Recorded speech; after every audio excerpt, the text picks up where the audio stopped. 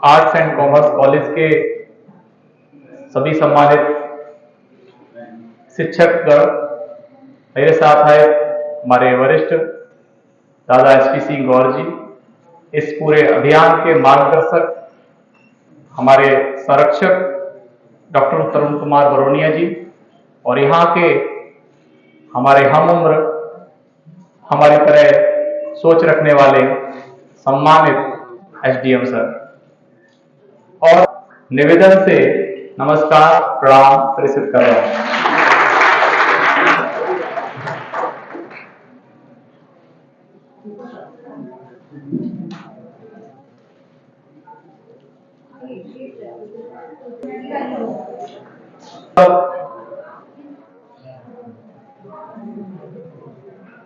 इस दुनिया में रहते हैं, लेकिन अभी हमको एहसास नहीं है कि हम इस दुनिया में रहते हैं। हम सब ऑक्सीजन लेते हैं, लेकिन हमें अंदाजा नहीं है कि हम उसको लेते हैं। हम सब पानी पीते हैं, लेकिन हमें उसके बारे में, उसके इंपॉर्टेंस के बारे में कुछ भी पता नहीं। हम सब भोजन करते हैं, लेकिन उसके महत्व को नहीं समझते। वेदों में, पुराणों में हवा, पानी और अन्न, इन तीनों को रत्न की संज्ञा दी गई है। तो वेदों में लिखा हुआ है कि एक शब्द मंत्र के रूप में है। हवा, पानी और अन्न भी जब रत्न के रूप में उसमें लिखे गए हैं, तो इसका महत्व तो निश्चित होना ही है। लेकिन हम सबको भी उतना ज्यादा उसके बारे में पता नहीं है, जबकि हम एक एक सेकेंड ऑक्सीजन से ही जिंदा है। 1 घंटे के बाद प्यास लगती है तो पानी पीकर ही जिंदा है। भोजन की आवश्यकता होती है तो हम भोजन करके ही अपने जीवन को आगे बढ़ा रहे हैं। आज हमारा ऑक्सीजन भी घट रहा है, हमें चिंता नहीं है। हमारा पानी भी कम हो रहा है, हमें बिल्कुल भी चिंता नहीं है।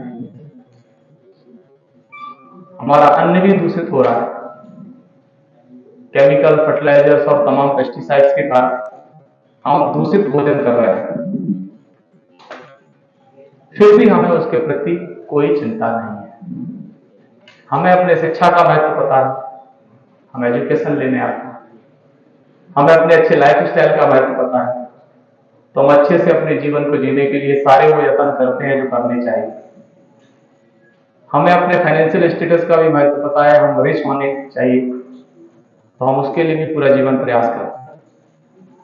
क्या हम जिसके वजह से जीवित हैं, प्राणवायु, उसके लिए कुछ प्रयास करते हैं? क्या हम पानी के साथ अपना जीवन आगे बढ़ा रहे हैं पी करके? क्या उसके प्रति बिल्कुल चिंतित या संवेदनशील? इसी हेतु ये अभियान है, जिसे हमने 6 अक्टूबर 2022 भारत के दक्षिणी छोर कन्याकुमारी तमिलनाडु राज्य से शुरू किया। अभी तक ये चर्चा करते हुए मुझे 517 दिन हुए। इन 517 दिनों में भारतवर्ष के तमाम विश्वविद्यालयों में मैंने ऐसे ही आप सबके बीच चर्चा करते हुए बीता है। तमाम महाविद्यालयों में, डिग्री कॉलेज और पीजी कॉलेज के आज के युवाओं से मिलना हुआ। मैं अपनी बात रखता हूं, लेकिन आप सबसे भी चर्चा करता हूं, क्योंकि मैं नेता नहीं हूं, ना ही मुझे आप वोट देने वाले हैं, ना ही मुझे उसकी आवश्यकता है। जितनी आवश्यकता मुझे ऑक्सीजन की है, उतनी आवश्यकता आपको भी ऑक्सीजन की है, उतनी आवश्यकता एक एक व्यक्ति को है। ये विषय जन जन तक जाए, एक एक व्यक्ति इसके प्रति संवेदनशील होकर के विचार करे, यही एक वैचारिक क्रांति लाने का प्रयास है। जब कोई वैचारिक क्रांति का विचार आता है, तो उसके लिए अपने विचार को न्यूट्रल करने पड़ते हैं, केवल उसी विचार को लेकर के जीना पड़ता है।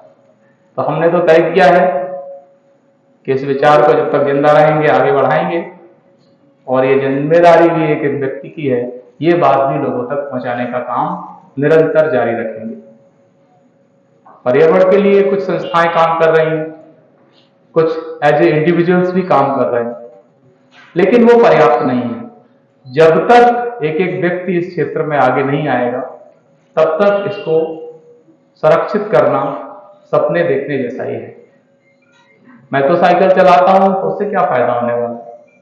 मैं स्वस्थ हूं तो उससे क्या फायदा होने वाला है? मैं साइकिल तो अपने डिस्ट्रिक्ट में ही साल भर रोज चलाऊं 100 किलोमीटर।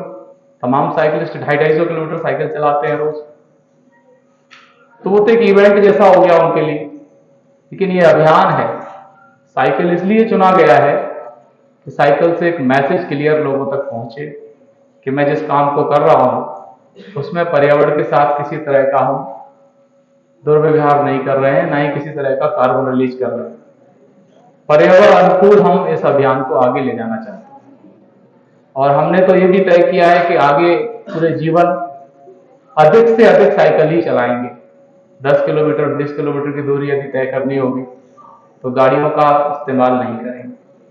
तो ये क्रांति जन जन तक पहुंचे, ये हम सबका लक्ष्य होना चाहिए।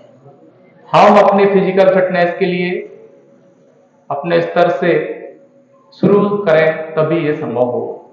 और ये शुरू करने के लिए आज की युवा पीढ़ी सक्षम है।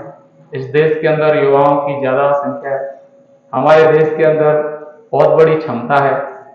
तो मैंने सोचा कि अपने देश के युवाओं को ही इस ओर जोड़ा जाए तो जल्दी परिवर्तन लाया जा सकता है। हम अपने जीवन को पर्यावरण अनुकूल जीना शुरू करें तो ही हम इस क्षेत्र में सफलता प्राप्त कर सकते हैं। शिक्षा के क्षेत्र में क्रांति हुई, हम शिक्षा के महत्व को समझे। विज्ञान तकनीक के क्षेत्र में क्रांति हुई, हमने तकनीक से अपने जीवन को सुगम बनाना शुरू किया। जब हमारा जीवन ही संकट में आ गया तो वो शिक्षा और वो तकनीक और वो सब चीजें किस काम की?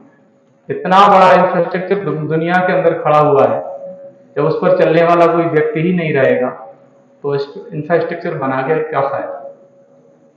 अभी कोरोना में हमने उन सब चीजों को देखा भी था, वो आप सबके सामने का ही दृश्य है। कोरोना के समय जिस लग्जरियस घर को हमने बड़े अच्छे ढंग से बनाया था, वही हमारे लिए जेल बन गया था। तो स्वनिर्मित घर स्वघोषित जेल के रूप में वो हम सबको देखने को मिला। इससे बुरा मानवता के लिए कोई समय हो नहीं सकता, जहां तक मेरा आकलन है। तो हम सबको इस क्षेत्र में परिवर्तन लाने के लिए सूत्रधार बनने की आवश्यकता है। आप सब युवाओं से आह्वान है कि सब मिलकर के इस काम को करें, क्योंकि ये पर्यावरण को बचाने के लिए एक आहुति है। अब आप सब इस जिम्मेदारी को मेरी जिम्मेदारी न मानते हुए अपनी जिम्मेदारी माने, यही इस अभियान का एकमात्र उद्देश्य है।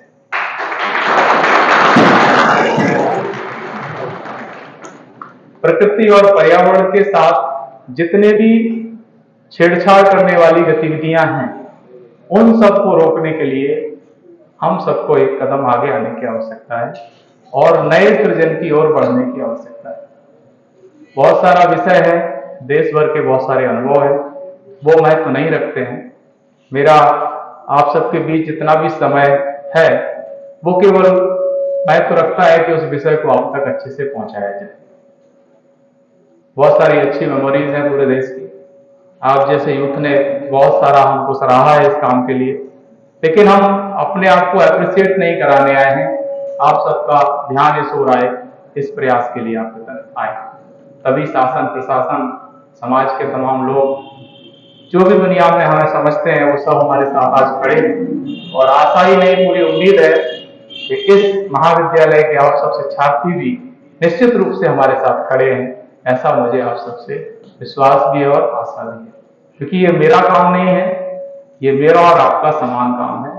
जिस तरह हम 24 घंटे का अपना नियोजन अपने तमाम कार्यों में करते हैं, उसी 24 घंटे में से थोड़ा समय, आधा घंटा या 1 घंटा अपने पर्यावरण के लिए देना प्रारंभ करें। अपने खुद के ऑक्सीजन के लिए, अपने खुद के पानी के लिए, अपने खुद के शुद्ध भोजन के लिए हम सबको प्रयास करने की आवश्यकता है। इसी विषय के साथ अपनी बात पूरी करता हूं। आप सब लोग कुछ भी चर्चा करना चाहते हैं तो 4 या 5 साथी बात कर सकते हैं, हम अभी आपके बीच हैं।